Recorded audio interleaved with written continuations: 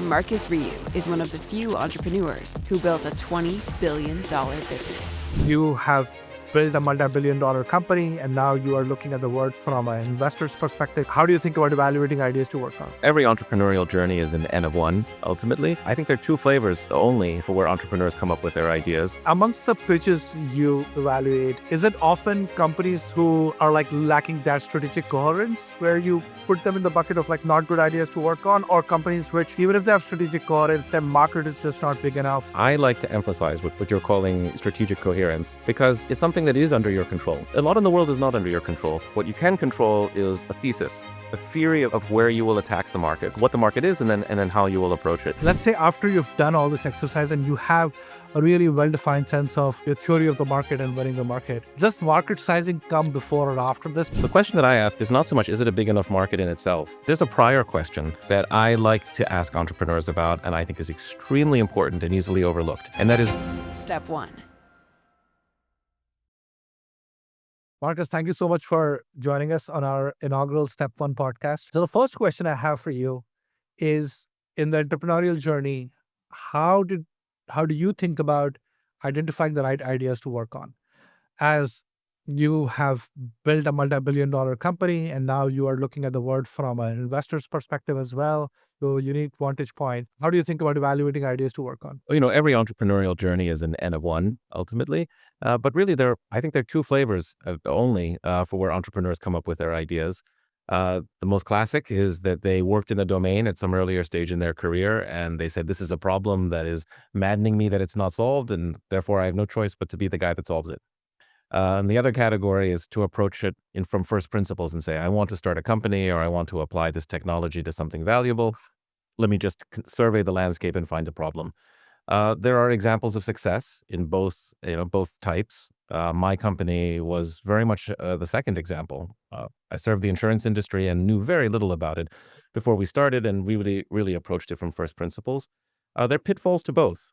So, if you come from the domain, you may be overly anchored in your own personal experience, and you may not see the problem objectively or generally enough.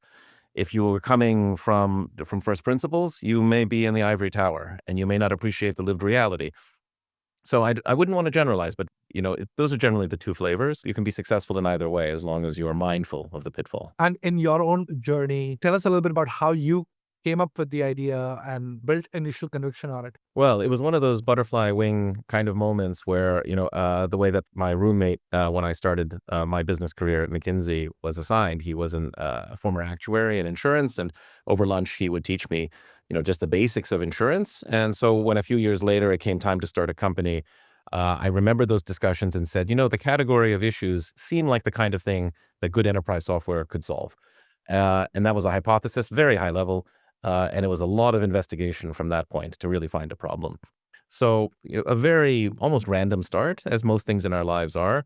The question is, what do you do with that initial spark? How rigorously do you then pursue it? When it came time to start a company, did you formally decide one day that's hey, this is a calling within me to start a new venture, and let me, very analytically evaluate a bunch of ideas? Well, I think there's a prior moment before deciding what a company will do. There's a kind of prior decision to say, am I put on this earth to try to create something out of nothing? And as they say, I think you're just called to that. It's a deeper psychological trait, I'm convinced.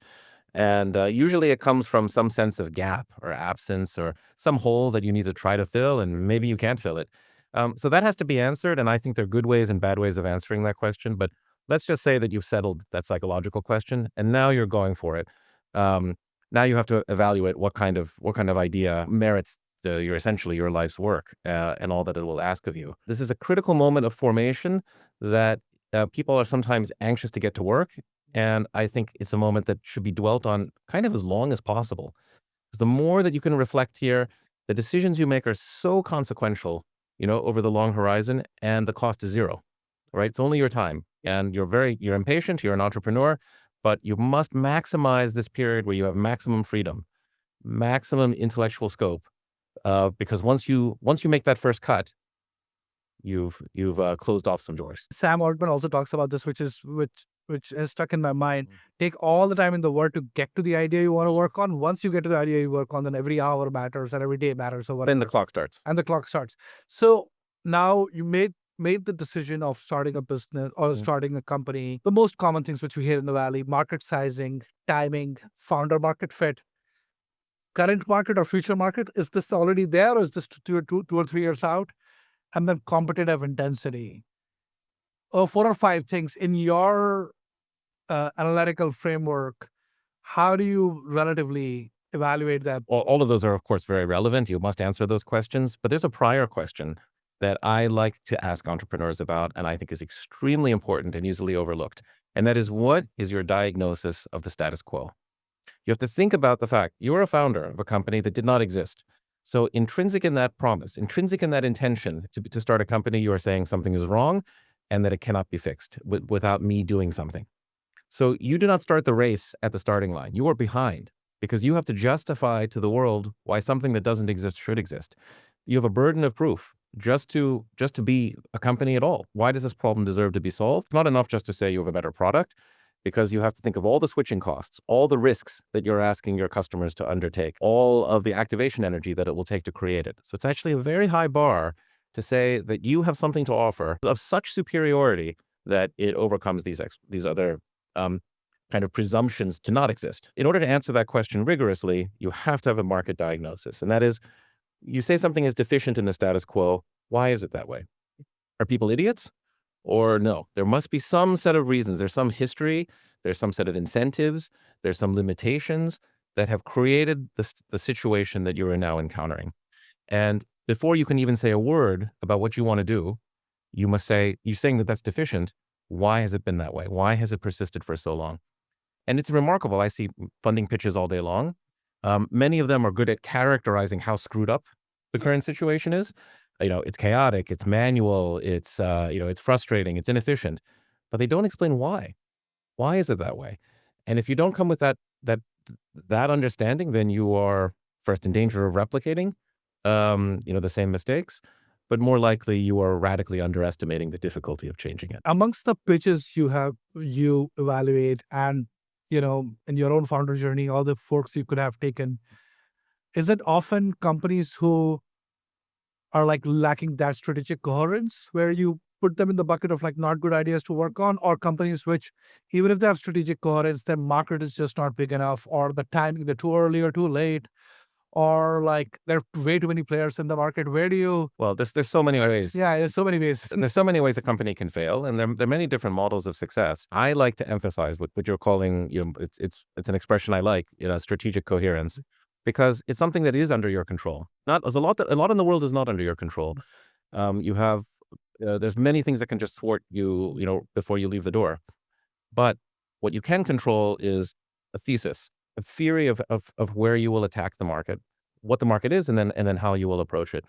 And if you're not maximizing that advantage, that clarity of thinking, the second mover or 10th or 1,000th mover advantage that you have to look at it with completely first principles, completely fresh eyes, and find the right point of insertion. If you're not maximizing that, then you are putting an even greater burden on all the other hard stuff, which all are intrinsically lower probability. So you have to make the absolute most of the clarity of intention, the clarity of understanding, and finding the right point of attack and insertion. You have to make the most of that.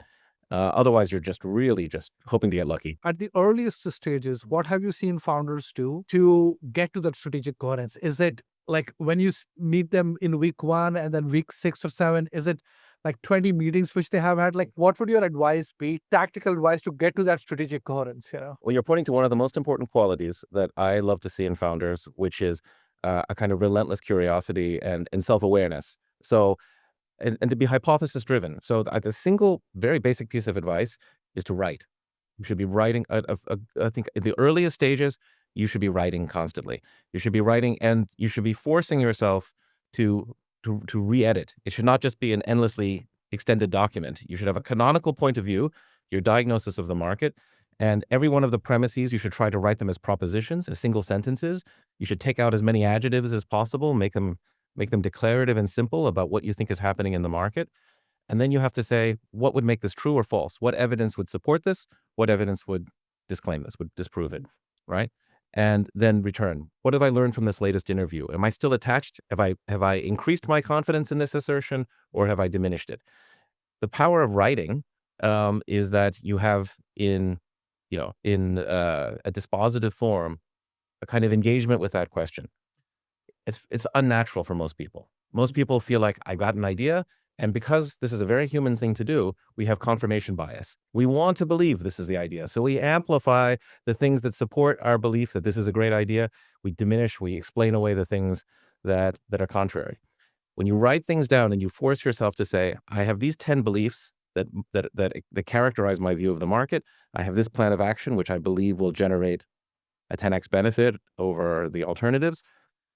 Then you force yourself to interrogate, how attached am I to this belief? How well substantiated is it? What do I need to ask more? The simple power of a piece of paper is, I think, underestimated. I love that. Sort of document their thinking, keep on building on it, refine it with every engagement. Are you looking for people to have a demo product at that time to be able to showcase it? Are you asking for people's ability to, so because does strategic coherence include people's ability to pay for a new concept, identifying the ICP at that time and saying like, hey, I'm pitching to the ICP and looking for their ability to pay and showing them a demo of the product, or is a step before that? It depends on the specific question and problem. I think a critical part of the hypothesis, it has to be asking your target market to imagine the conclusion. You have to exercise their imagination. Sometimes you can do that in a conversation. Sometimes you need a wireframe. Sometimes you need, just an intuitive demo. Whatever it takes, you are asking some representative of your end market to imagine a future. And you have to be very honest with yourself. What are they actually telling me?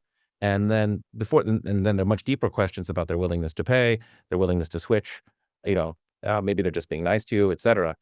But there's no avoiding that kind of exercise. And one of the traps I see founders get into is they develop a kind of an adoration of their own idea, of its technical elegance, of its aesthetic quality, or just as a tool that they wanted to use. And they fail to do this kind of basic inquisition of their end market. The end product that you have to get to in these early days, I'm talking about we're talking truly step one, as you say, formative days, is you have to establish a frame. You have to have a frame, which is, this is the boundary of the product, and this is the market that I define. Market definition, single most important thing that you do as an entrepreneur. And the more stable that you can keep that frame, the more durable that you have generalized at the right level, and of course the frame excludes as much as it includes, the better you can hold that frame and the more accurate it is, the incomparably better chances your company has. Let's say after you've done all this exercise and you have a really well-defined sense of your theory of the market and winning the market, does market sizing come before or after this? The question that I ask is not so much, is it a big enough market in itself? The question is, because I have a premise to insert here, which is we always underestimate the size of the market. If you are successful, the total value of that, you develop unlock adjacencies. You earn the right to do more. You earn the right to sell more to your customers. You earn the right to sell to the next adjacent customer, right? So for successful companies, when you see their trajectory, you realize, who could have imagined that this little idea was so huge? It's because their market just relentlessly expanded. They conquered from one thing to the next. So that's an important thing to keep in mind. The frame that you decide, though, is what are you building to? And then does that frame capture enough market? You have to ask this, because if you've established too small a frame, maybe you succeed, but your success is not rewarded with enough fuel to then get to the next waypoint. I'll give you a very concrete example of this. My own company, our frame was all property and casualty insurance companies anywhere in the world writing any line of business above 100 million in premiums. There were other companies that were actually better at different subsegments of the market. They actually had a superior product. Maybe it wasn't as elegant technically, but it was, in the final analysis, actually a better product, but their frame was too small. So their success in that market did not allow them to build, to get the fuel, to generate a round of capital, to hire the right people, to then expand their destiny, right? So they chose too narrowly. There were many examples of people who chose too large a frame.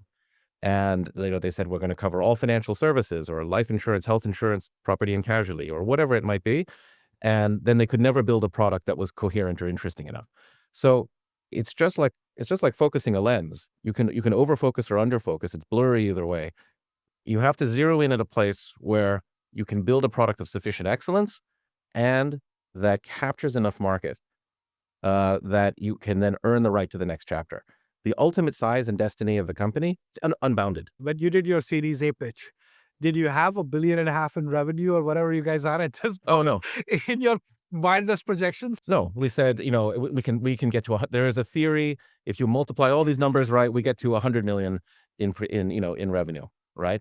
And that was an underestimate. It was a more conservative time in general, but we had a dream that we would have customers that would pay us $1 million a year. Now they're customers that pay tens of millions of dollars a year.